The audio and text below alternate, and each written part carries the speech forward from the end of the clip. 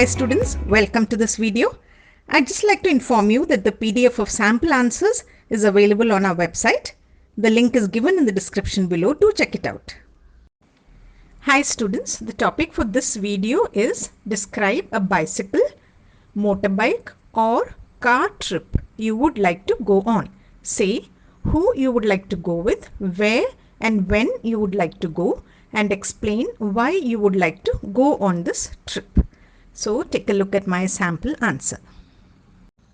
I have always been fascinated by the idea of bicycle touring. I feel getting on a bicycle and heading out to a faraway place is perhaps the easiest and cheapest way to have an adventure. Two of my friends are also cycling enthusiasts, and together we've been dreaming of going on a bicycle trip. As novices, we cannot think of long trips taking days or months. We are planning to settle for a single day ride, hopefully in the near future.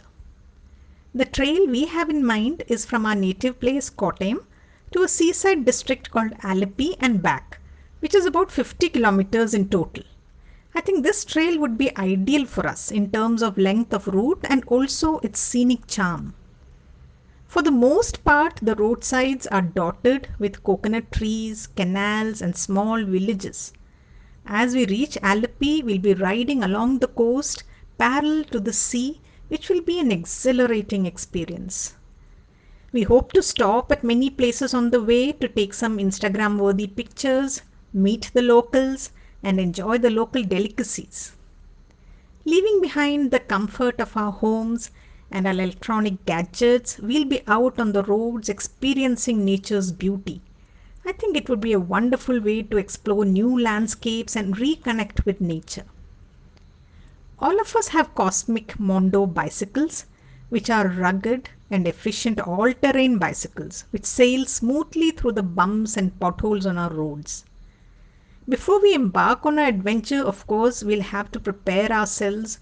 We have to build our endurance and stamina. Although we all have our regular workouts, we'll need to include a lot of cycling into our daily exercises. We'll also need to plan our itinerary, our clothing and gear. Of course, pedaling and also sitting on the saddle for so long will make our legs, thighs and neck and shoulders ache. We'll be dusty, sweaty and totally exhausted. But in spite of these challenges, I'm sure this trip will shake us out of our comfort zone, rejuvenate us and give us some awesome and incredible experiences. Now let's move on to part 3. Do you think people need to change their way of transportation to protect the environment?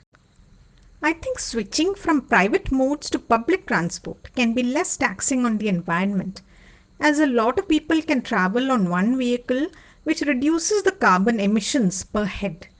Also, walking short distances or using bicycles more often can be effective in reducing the carbon footprint. Do you think motor vehicles are the major cause of air pollution? I think vehicles such as cars, bikes and buses, which are powered by petrol and diesel, are major contributors to declining air quality.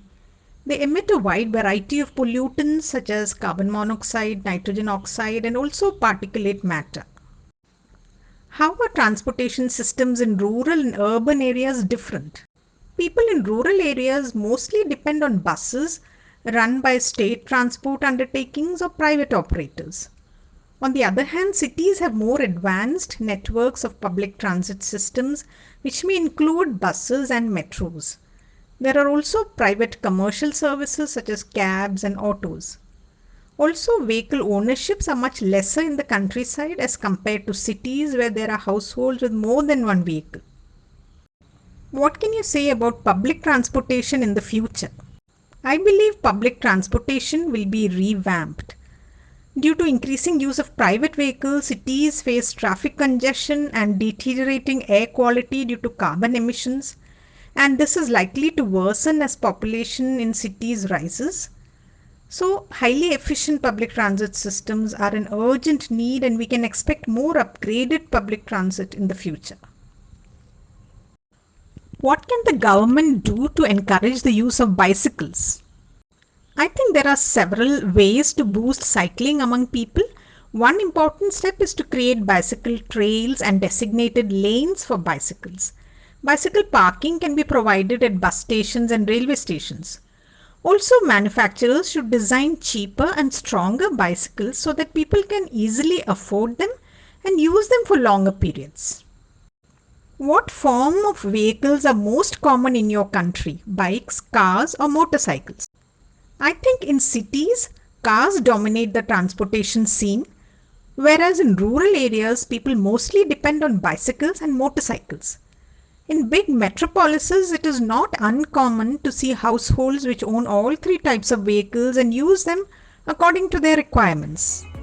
That's all in this video. I'll soon be back with another topic. If this video was useful for you, give us a thumbs up, subscribe and click on the bell icon for more updates. And also do share with your friends.